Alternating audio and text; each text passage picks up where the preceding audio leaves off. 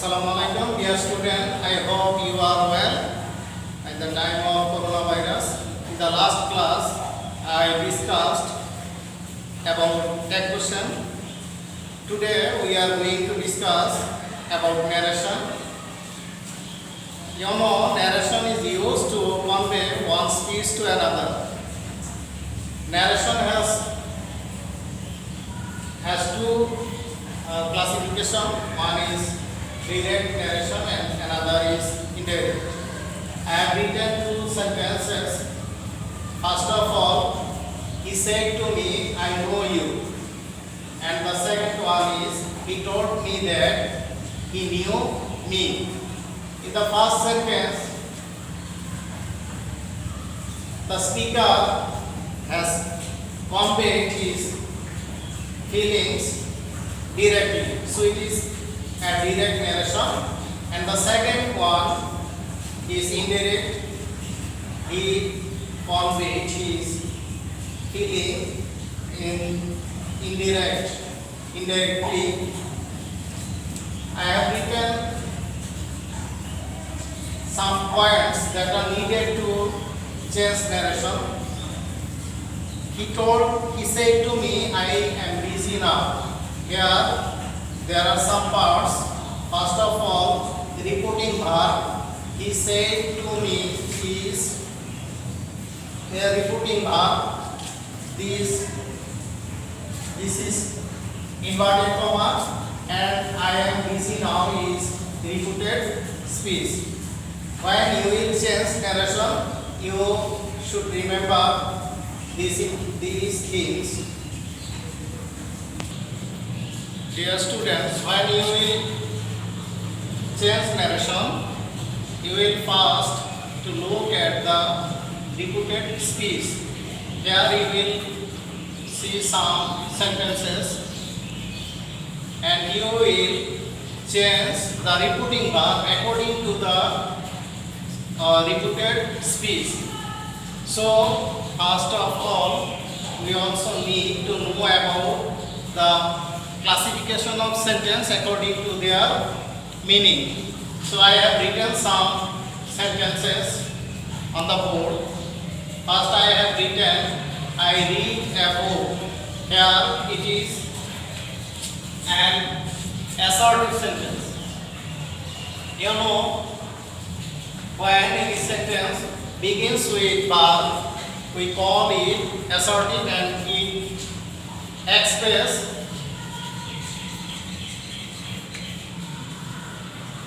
the feeling of a speaker. The second one is an interrogative sentence. What are you doing? You will know it looking at the interrogation mark. The third one, are you busy now? It is also an interrogative sentence. Fourth one, read attentively. It's an imperative sentence. You know, imperative sentence is used to express advice, request, order, propose.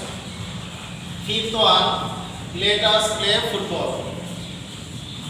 In the sixth sentence, may you shining light. Here we get the prayer or wish. In the seventh, what a nice bird it is. It is an exclamatory sentence. The last one is an exclamatory sentence. Now I will give you an important chart how to change repeating verb and how to withdraw inverted comma. Dear students, now you will look at the chart I have written on the board.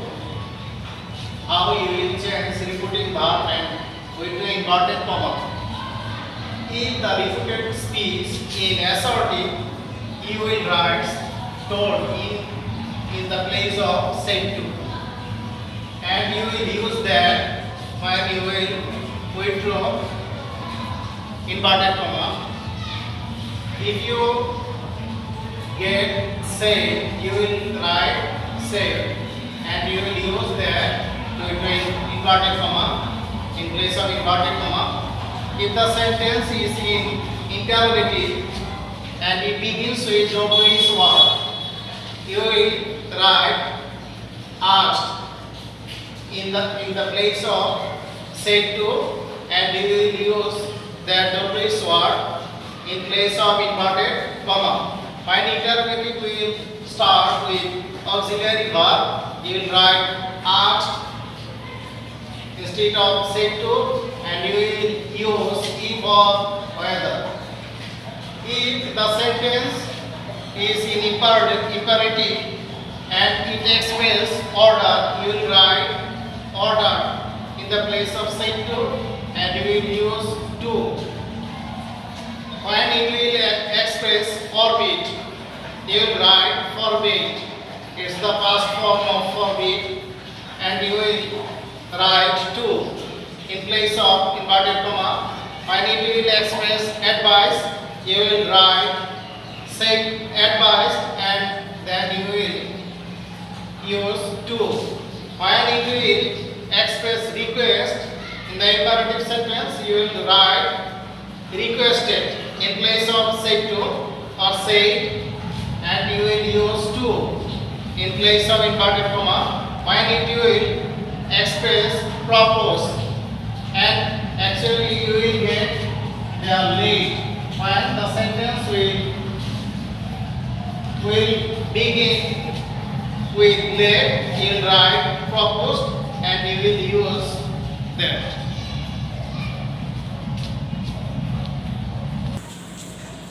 When the repeated speech in objective sentence, you will write prayed instead of said to, and you will use that.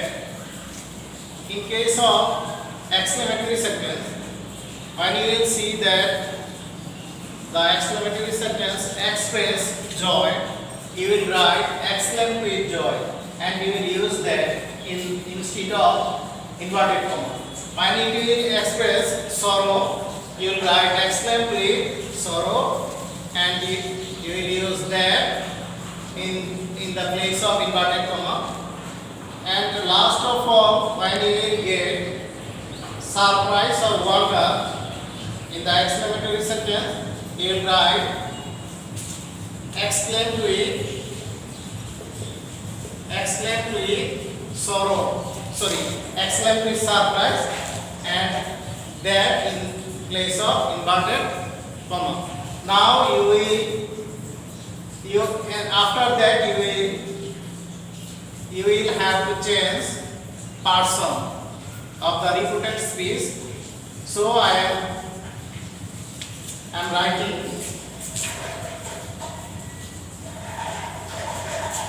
some person change.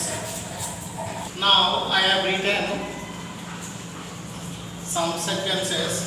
At first, he said to me, I need your help. When you will change it in indirect narration, you will write, he told me that you have learned from the chart that I have written a few seconds ago. As the subject in first person, I have written that in the repeated speech, if you get first person, you will change it according to the subject of repeating verb. I is a first person, so it will be changed with he, and you will write here he. And then you will have to change tense. I will show you that later. You will write here needed as need in present form.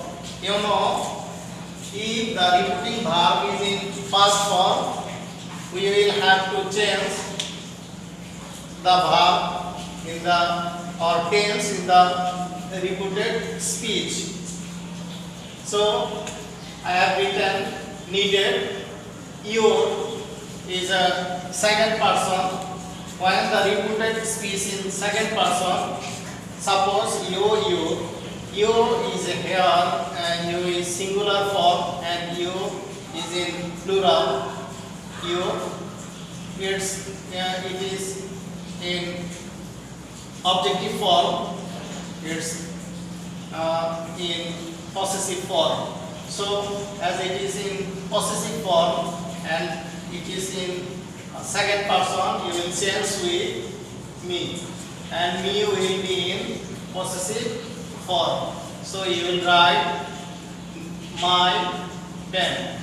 When you will change it, you will write this way: he told me that.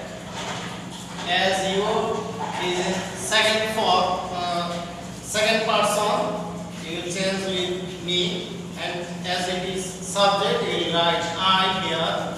Should will not be changed. You will write should, then verb, main verb, and then the object. As it is in third person. The third rule is that third person will not be changed.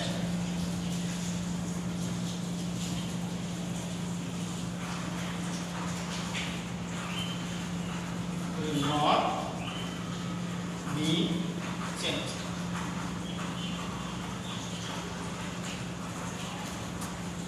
Then we will change tenses in the repeated speech. Now you will follow the tense change or changing tense. If the repeating verb is in present or future tense, there will be no change in the repeated speech. If the repeating verb in past tense, the tense will be changed except universal truth. When you will get universal truth in the repeated speech, you will not change or tense. You will change tenses in this way. Actually, I have written in short form. You will get it in your book that where you will have to remember the name of the tense, but I have avoided. I have written in this way: verb in present form or s or es, you will write verb in past form. When you will get absent in the sentence, you will write was and were.